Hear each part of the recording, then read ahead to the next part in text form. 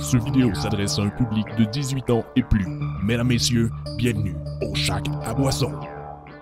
Je suis maintenant avec Jean-Philippe Lalonde, qui est copropriétaire et brasseur à la microbrasserie La Succursale. Est-ce qu'on dit plutôt microbrasserie ou brasserie artisanale?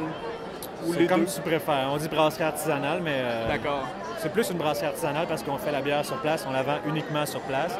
Donc la nuance avec le terme légal de microbrasserie, si on veut être plate. D'accord, je vois. Donc, vous, à La Succursale, vous avez fêté vos 2 ans le 18 mai dernier, si je ne me trompe pas. Ça fait 2 semaines. Gros party. Pas pire party, ouais. Pas pire party. Puis, dans le fond, est-ce que tu pourrais nous parler un peu de l'endroit du pub directement sur place? De quoi ça a l'air? La Succursale, c'est un bar de quartier. C'est une place où on tripe sur la bière, mais c'est surtout un bar de quartier. Nous, on est un petit peu en dehors du centre-ville. On est dans le quartier Vieux-Rosemont, donc plus à l'est de Montréal. Puis c'est un endroit vraiment pour accueillir les gens du coin.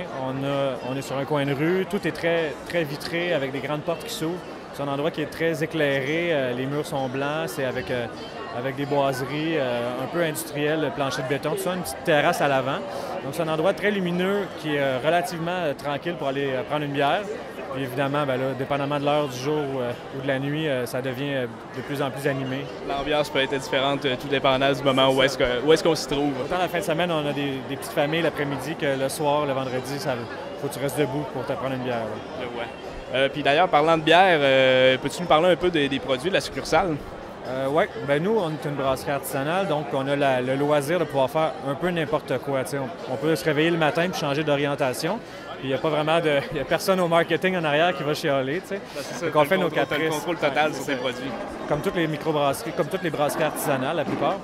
Donc on fait un peu n'importe quoi, mais je dirais que n'importe quoi, c'est vraiment bien dit. On fait un peu de tout, mais je te dirais qu'on se concentre surtout sur des bières, il y en a qui disent de soif, même si je trouve que c'est un terme un peu péjoratif, mais on a voulu, en ouvrant, faire des bières qui étaient pas nécessairement accessibles à tous, mais des bières qui étaient de base, revenir un peu à la simplicité, prendre des bières qui n'étaient pas nécessairement des bières très fortes, très amères, très extrêmes, pouvoir redécouvrir la simplicité dans la bière, puis de dire, OK, là, on est allé dans toutes les directions. Il y en a qui le font très bien. Les brasseries au Québec le font très bien, les bières extrêmes. Là, nous autres, on a dit, OK, on va revenir avec des trucs simples comme une Kolsch, une blonde allemande en bas de 5 d'alcool. C'est vrai, parce que présentement, on voit beaucoup des bières qui sont vieillies dans des fûts de chêne, des trucs là, vraiment forts. Des bières acides, des bières fortes, tout ça. Moi, j'adore tout ça. C'est pas parce que j'aime pas ces bières-là, c'est parce que pourquoi aller faire ce que les autres font déjà très bien? Nous, on va revenir à la base, puis je pense que de plus en plus, les gens reviennent à la base, puis savent apprécier une bière qui se boit en pinte, qu'on n'a pas besoin d'être constamment en alerte. Peut-être qu'aussi, justement, là, quelques années, quand les gens étaient plus à la base, l'espèce de goût des gens n'était pas aussi évolué que maintenant. J'imagine que maintenant, on goûte plus la bière qui est plus basique, si on veut, entre guillemets. Je pense que oui. Je pense que c'est une évolution normale. C'est un peu comme le pain blanc tranché. T'sais, on a été comme baignés là-dedans, nous autres, quand on était jeunes, puis là, maintenant, on veut avoir l'autre extrême de ça. Puis, tranquillement, on va revenir à OK, ça se peut du pain blanc qui est bon, ça se peut une bière qui est bonne, si c'est bien fait, si c'est fait correctement, ça peut être savoureux sans être extrême et tape à l'œil. Donc c'est un peu ça notre cheval de bataille, mais ça ne veut pas dire qu'on fait uniquement ça. On va faire des IPA, on va faire des bières un peu spéciales, on va faire des bières fumées, tout ça. Donc on va se diversifier quand même parce qu'on est un quartier. D'ailleurs, parlant de bière fumée, apparemment que vous en avez fait une que vous avez présentée au concours ici au Mondial. Oui, bien, moi j'aime beaucoup les bières fumées, puis j'ai pas eu l'occasion de faire tout ce que je voulais encore au bar. Ça fait juste 2 ans qu'on est ouvert. Mais là, cette année, on en a profité pour le 20e anniversaire du Mondial. On a fait une bière exclusive pour le concours Une bière gourmand. Puis on a revisité un style qui n'existe plus vraiment, qui s'appelle Gradzer. C'est un style polonais qui est fait à base de blé. C'est 100% de blé fumé. Donc déjà, c'est très rare que les bières soient faites avec autre chose que de l'orge. Quand on dit des bières de blé, on parle des blanches allemandes, des blanches belges, tout ça. C'est toujours 50, 60, 70% de blé, gros maximum. Là, on parle de 100%, il y a uniquement du blé, il n'y a pas d'orge du tout. Puis c'est fumé. La bière a 3% d'alcool avec un petit punch d'amertume. C'est quelque chose d'assez particulier. C'est vraiment bon. C'est rare. Ouais. Très bon. Tantôt, on y a goûté avant de débuter.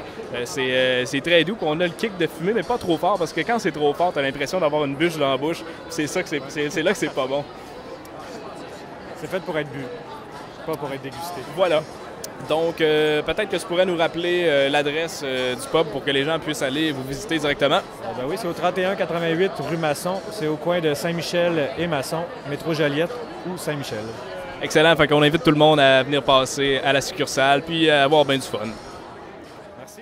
Nous sommes maintenant de retour de Montréal et comme je le disais la semaine dernière, toute bonne chose a une fin. Mesdames, Messieurs, ce fut une fin de semaine remplie de plaisir et de belles rencontres. Malheureusement, je n'ai pas pu déguster tout ce que j'aurais voulu déguster pour cause de il y avait du monde en sacrement. Par contre, je peux vous dire que j'ai goûté un truc, ce fut mon coup de cœur au niveau des importations. C'était une IPA de la compagnie Gigantic Brewing. C'était super bon. J'ai goûté à ça, puis si vous tombez là-dessus un jour, si vous allez en voyage, ben, je vous dirais, ramenez-en, c'était excellent. Menum. Je profite de l'occasion pour remercier Katia Bouchard, la directrice des communications du Mondial de la bière, ainsi que Jean-Philippe Lalonde, copropriétaire et brasseur à la brasserie La Succursale. Je vous remercie beaucoup d'avoir accepté l'invitation. C'était bien plaisant de jaser avec vous, puis quand on se revoit, on prend une petite bière, c'était super le fun. Alors voilà, c'est tout pour le Shack à boisson cette semaine. C'était le Mondial de la bière 2013. On se dit à la prochaine. Santé tout le monde, revenez au Shack. Et c'était pas la fin pour vrai. En fait, je vous laisse sur une petite surprise, moment improvisé au Mondial de la bière. Je vous laisse regarder ça et je vous laisse là-dessus. Salut tout le monde!